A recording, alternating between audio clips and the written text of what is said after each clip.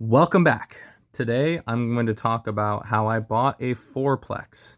That's right, 4 units. How I bought 4 units with none of my own money. Here's how I did it. So, this isn't seller financing. There was money that was transferred, right? It wasn't the seller just giving me a deal, right? I had to transfer $153,000. That's 20% down on a $730,000 fourplex. Well, where did you come up with the money, you might ask, right? Where did I get $153,000 if it wasn't my money? It wasn't the seller's money, right? He didn't sell or finance it to me. I wish he did, but he didn't. And it's not OPM.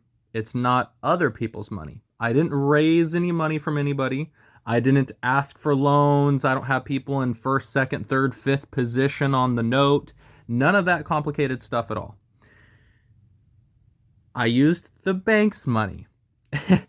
and you might think to yourself, well, wait a minute, Brandon, that's not how that works. You come up with the down payment and then they give you the rest of the money, right? Like if you're not familiar with buying real estate, what happens is you come in with a down payment, typically 3.5% down, 5%, 10%, 20%, some variation of that.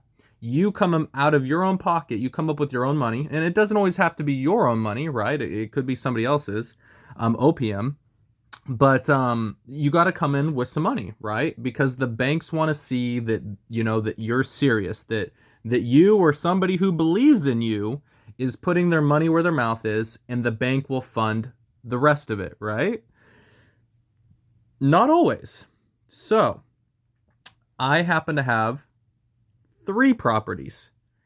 One of them has a $200,000 line of credit called a HELOC, or a home equity line of credit. So what is that? That is a line of credit that's been extended to me as the owner of property number A, right? My first fourplex. So fourplex number 1 had a perceived equity position of $200,000. I owe about $600,000. They said it's worth about $800,000. And I found a lender, and I think if you watched one of my last videos, I talked about how I got a $200,000 line of credit, or a HELOC. But anyways, I have that line of credit, and it's not my money, right? They didn't give me $200,000. They gave me access to the perceived equity in fourplex number 1. So essentially, I owe 6 on it.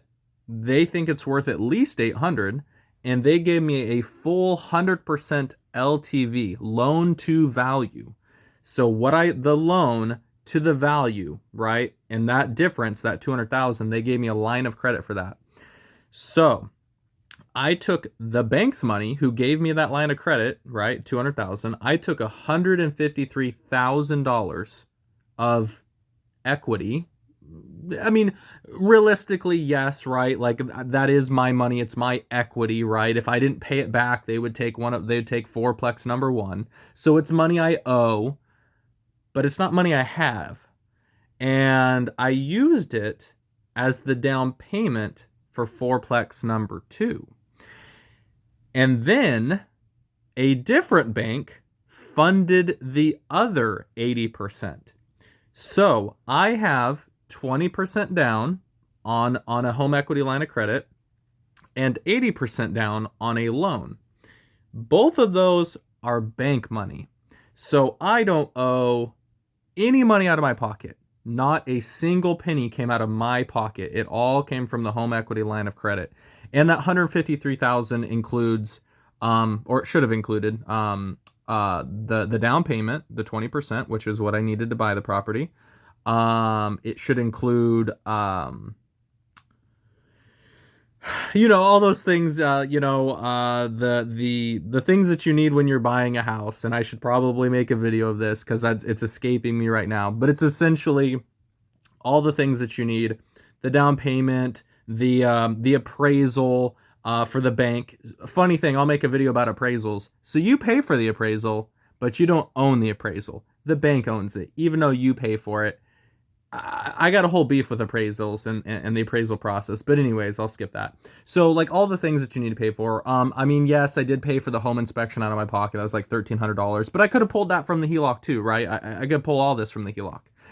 And then what I did next, because then you would think, oh, okay, you know, Brandon, you now you have 2 loans to pay back, right? I have to pay back that HELOC, right? That's not free. You know, that does come with a payment, kind of like a credit card. And then I have the purchase, right? The purchase loan, the 80%. So now I'm 100% in debt on this property, right? None of it is my money. I would advise most people watching this not to do that. Do not do that. Unless you're in a very fortunate situation like I put myself in, where I bought a property and I knew that the cash flow from that property would service not only the first loan, but also my HELOC. So that's very, very important. I would never, never recommend that you go buy something and be cash flow negative from day one. Here's my caveat to the caveat. Unless you can do something within 6 months to a year, preferably sooner, to massively explode the cash flow, right? If, you know, not talking about building another unit, not talking about, you know, Airbnb, that's kind of risky, right? I mean, you could do that, but unless you're in a state where you can raise all of the rents by $500 and you know, within 30 days, and that's legal because it's not in Oregon, unfortunately, that we have a max of 10% per year. But if you can raise the rent on everybody $500 and they're not going to leave, right? If you do a massive increase like that, there's a chance you will have turnover. Even if you're still below market value rent, people just, you know, they're going to look around and say, well, there's that wall and there's that wall, and I've been paying $500 less a month, and now this person wants $500 more for the same thing. They're probably not going to like that. Some of the people will leave. Some of the people will realize, it's still a good deal and stay. But that was the only reason why I did it, right? I took $153,000 of equity, HELOC money, as the down payment to buy Fourplex number 2 because I knew Fourplex number 2 could cover the loan payment to the bank and my payment on the HELOC. And I actually still make some money. So there's still some cash flow there. It's about $600 or $800 a month after servicing all the debts. So pretty sweet. So that is how I bought a Fourplex with no money out of my pocket, not the seller's money, not other people's money, using the bank's money for the 20% and the remainder 80%. So I was no money out of pocket. Then you may think, well, you know, hey, Brandon, you probably got to go fix stuff, right? I sure did. I had one unit that was vacant, which is great, upon delivery. So I had a 4-unit building. 3 of them were filled. 1 of them wasn't. So what did I do? I renovated the one that wasn't. And I put it all on credit cards. 0 interest credit cards for at least 12 months. And that's the flooring, the paint, any tools, appliances, anything I could put on the credit card, I put on the credit card. Why? Because I don't want to pay for it right now. Yes. Will those credit cards come due? Sure will. Will I pay them? I sure will. Because I'm not paying 22% interest or 30% interest. Not going to happen. What about the HELOC? Yep. Not only am I using Fourplex number 2 to pay that down, I'm using all of my other rental income, including my personal income, to pay that down because it is a debt that I don't really want to have, right? And as soon as I pay off the HELOC, I can use it again.